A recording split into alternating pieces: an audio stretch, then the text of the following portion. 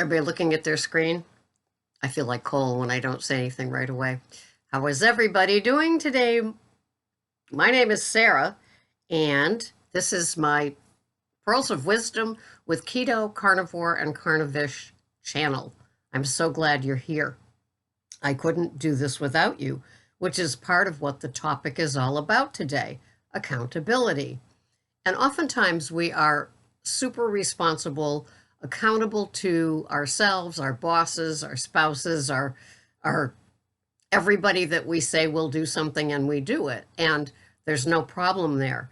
But then sometimes food accountability, food plan accountability, and the actual eating of the foods gets kind of wonky. And we we don't check in with anybody. It's that immediate and that kind of scary serious for us. I've been there, done that. And but what I recommend when I'm working with people is when they get to scary situations or dicey situations or awkward, uncomfortable, you name that word. I'm sure we all have had those moments when we just don't have that secure footing. Um, like if you were at a carnivore conference, you'd have that secure footing. Um, and we feel that we could go awry in a really one bite place. I don't know about you guys, but I am a food addict, carb addict, sugar addict, greasy flour, sugar, any of those things. They just continue. They pull. I'm not immune to it. Haven't been around it for a while, but boy, they can pull. And my magical mystery tour of what would happen continues. You know, most of us think that we could go have one item, one dessert, one meal, one weekend, one night, one whole meal, and come back and be clean and not have the pull and not have that hangover, not have the stinking thinking, not have any emotions at all about losing the momentum of our program.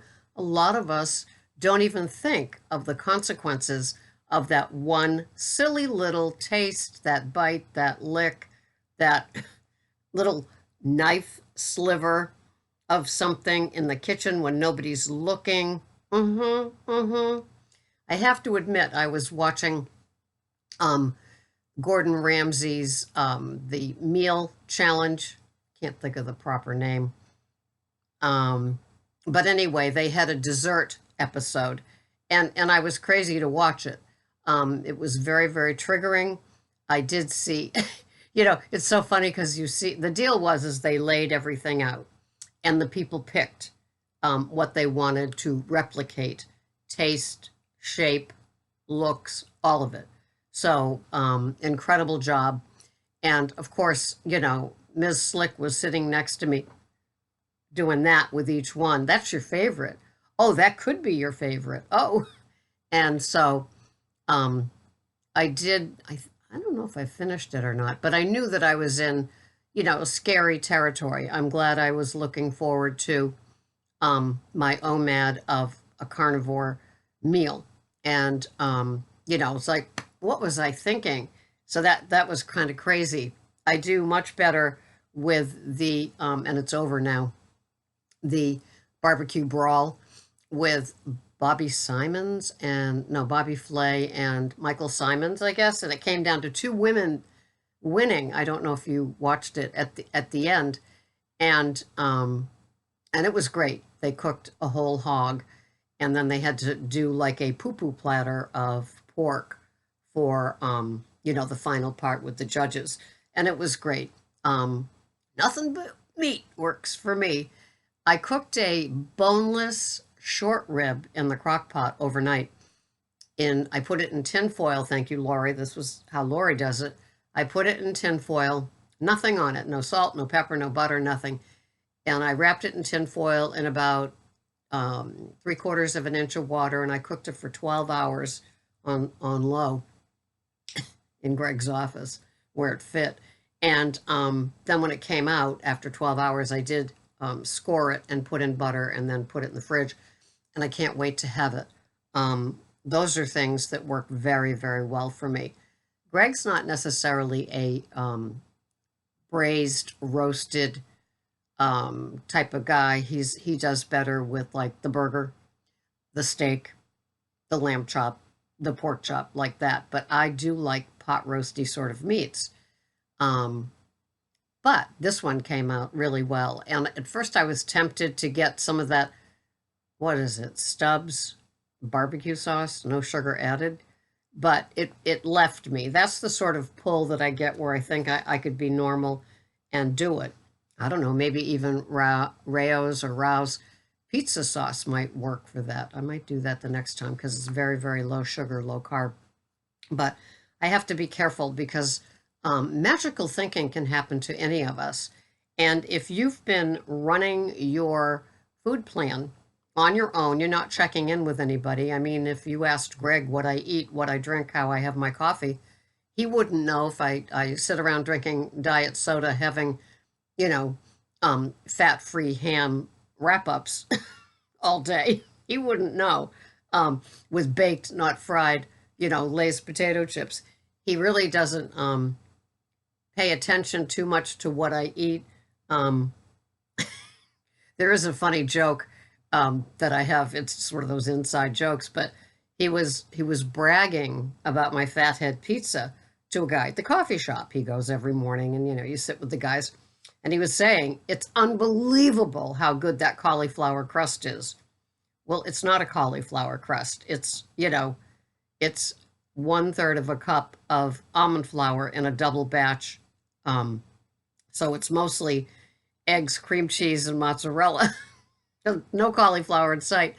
And then I bring the leftovers to one of the custodians at work that has dabbled with, he definitely pays attention to what he eats, but we aren't doing the same food program. And as he's taking his little doggy bag of my fathead pizza, he goes, "Nobody does cauliflower crust like you." And I said, "What are you and Greg talking about, my cauliflower crust pizza that doesn't exist?" It's just kind of funny. So yeah, I'm an almond flour kind of gal. Very little amounts. I've cut down from a cup and a half of almond flour to a cup to 3/4 to a half a cup, and now I'm at 1/3 of a cup. And but it's just kind of funny. So Greg's interpretation of what I eat, don't turn to him and say, "How does Sarah make that meat thing again?" Because you know, he's not really paying attention to what I eat. Lord help me if I need somebody to make my coffee my way. I'm screwed is all I can say. So I need to pray for my mobility every day so I can get out there and make it. But if you have people, places, or things that are not of the usual and they come with a little anxiety and a little awkwardness, accountability is something that could really help you. And it's the bookkeeping thing that I've offered clients and people along the way. And it's where you're going to a cookout, the standard fare, or maybe you've even taken a suggestion of bringing your own like burger patty or your own all beef hot dogs or your own chicken quarter, to cook, just so it all fits and that it will work for you. You'll be in the safe zone, or maybe one of each of those things, right? And so it's a little thing called book ending, and it's where you become accountable to somebody, anybody out there, by email, by phone, by text, even here with the comments section. I'm going to this party and I am not going to drink and I'm not going to have diet soda. I've got my San Pellegrino water. I've got my chicken quarter, my one all beef hot dog, and my one 6-ounce burger patty. And I'm bringing those 3 things and a few of these, and I'm going to the pate, and this is what I'm having.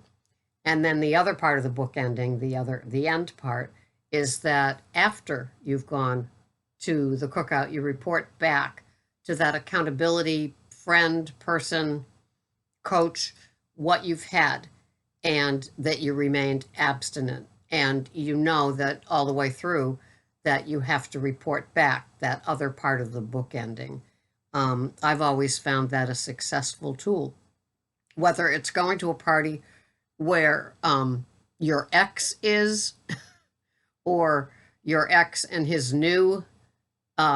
her new significant other is, or going and you know that the food pushers are there, all the different setups where you know that it's not like eating in your yoga pants at your table with your clicker watching your favorite guilty pleasure show. It's not going to be comfortable like that. There's going to be moments, one thing I always suggest too is sitting down, not standing and socializing and doing this, It's sitting down and making a meal of it. So if somebody's coming around with a whole bunch of apps on those plates and don't eat them. Save them. Make that part of your one plate at the event. That's right. So you're going to sit down and you're going to have that piece of shrimp or that avocado thing or the scallop wrapped in bacon. All those things are going to go onto that one plate that you're having. No seconds, no reaching over, no, having a bite off somebody else. Oh, this is really good. You should have gotten this. None of that, because it gets you into an unclean eating place where resolve goes down. You start thinking that you can do it, get away with it, not have to tell anybody about it. And it gets into a dangerous, slippery slope that you don't want for yourself. And I don't want it for any of you. We hear the tales of what happens when people's little, carnivore, carnivish, keto train gets derailed in a atmosphere of nothing but junk food. And it's sad to hear, and we don't want that happening to you. None of us wish the worst for any of you. So the food accountability is a very important thing, especially when you leave the confines of your safe home, your comfort home. Greg and I eat all our meals here, so we're not put in a dangerous situation. And that's what works for me. I buy the great meats. Yeah, some of them are probably, feedlot, but grass-fed when available. And I buy the great meats. I buy the good butter. I buy the great coffee. I've been having every third day or so the Omega Power Creamer. This is great. 20% off, as you can see. If you go to Amazon for KETO PSL20, get 20% off your bottle. It's a nice, smooth way to start the day. Sometimes on my busiest long days like today, it comes in handy. It just keeps me, I have a full tank of gas in the car and I got a full tank of good fats inside of me just to keep me going, because sometimes it is back to back to back to back to back on a busy day. On a weekday, there's lulls, so I might not necessarily have it then. But, so, back to being accountable. You can always be accountable here. You can always be accountable on my email account, which I usually put below. It just keeps you right-sized, upright. And we need to be careful because we're in a dangerous zone. Greg and I watched Savage Kingdom, and there is a queen lion, and with her cubs, or actually there's a few discarded queens as the king keeps on taking new ones, and they and their cubbies are because of the water and the floods of this certain savanna or whatever it is, they're out of their zone. I must have something sticky here because I keep getting stuck. And so they're out of their element. So they don't know where to go for food. They don't know, who are enemies and who are, neutral. And it's kind of like us in our animal kingdom of entertainment and being around other people. So you need to CYA. And that doesn't mean, driving there and saying to your significant other, or driving there by yourself saying, I'm not going to have that thing that they serve, at baby showers at the end. I'm not going to have it. Well, who's going to know that? And if you say it to somebody there, they'll say, yeah, I'm Weight Watchers, so I save my points and I'm going to. No, no. You need to be accountable to somebody. If that means emailing me that you're going, you're scared, you need to, have big girl panties on, and you don't want to go in there alone. What would Sarah do?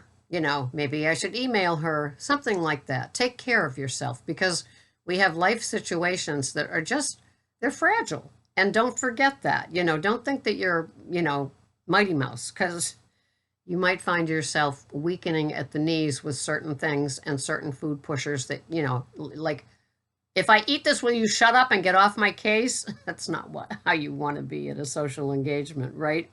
So take care of yourselves. You don't have to be accountable to just yourself. You want to have somebody else that you can make this little verbal or texted or emailed or phone called pledge to. At the beginning, before you go, then you do it, and then you say that after. It just works, and you want to be safe. You want to keep that momentum. You want to stay healthy. You don't want to light up your brain with sugar and start that whole withdrawal thing. It's not a fun thing. Ask anybody that's gone out for a while and come back with the extra 13 pounds again. It's not fun.